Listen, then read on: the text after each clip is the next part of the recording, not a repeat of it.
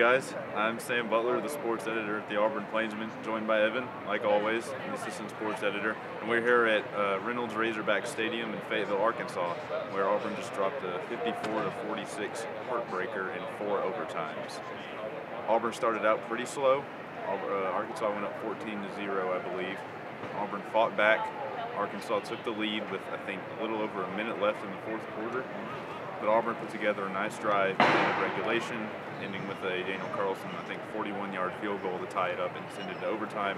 The two teams went back and forth for 4 overtimes before finally Arkansas took the lead in the fourth, and Auburn couldn't score to match as Sean White's fourth down pass to Ricardo Lewis fell incomplete. What's your assessment of the game, Evan? Yeah, fittingly, that fourth down pass to end the game was dropped, and that was one of the storylines of the game today. Auburn's receivers could not catch the ball.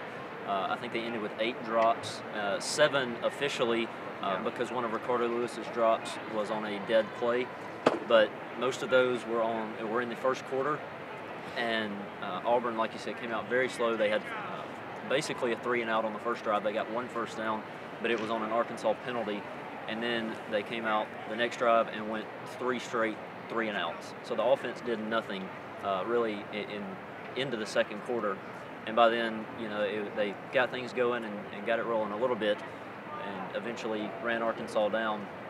But you have to wonder if the energy that they exerted trying to catch up and all the emotion they exerted in regulation at the end, like you said, with the field goal, having to get down there in range, and in overtime, you know, kind of took a toll on them in the end. Yeah, they've got a big showdown with Ole Miss next week on Halloween. Another 11 a.m. game, but this one will be at home in Jordan-Hare. The guys after the game, they're understandably pretty downtrodden, pretty down on themselves. Ricardo Lewis, when I talked to him after the game, he just sat in his chair for a good 10 minutes, not 10 minutes, 10 seconds, shaking his head. And it looked like there were tears in his eyes. And as we were leaving the game to go into the interview room, Carlton Davis was crying.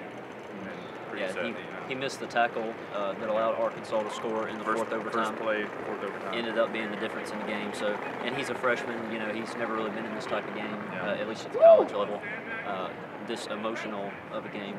So yeah, it took a toll on him, understandably. Yeah, the guys are hurting right now. Yep. And that makes a lot of sense. It's going to be a long trip back to Auburn, that's for sure. Gus, despite everything that happened, he was pretty optimistic, I guess you could say, about next week. He said they're going to keep fighting. They're going to go back and get better practicing. They're going to go check out the film, see what went wrong. And honestly, this might be an anomaly type game. I don't think Ricardo Lewis and company are going to drop 8 passes again.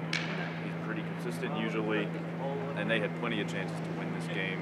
Plenty of throws into the end zone that just were drops that wouldn't have happened before. So it's like in past years for Ricardo, we've seen it's seemingly a new Ricardo this year, and that's always been a knock on him that he drops passes. Well, he hasn't done that this year until today, but it wasn't just him, it was everybody.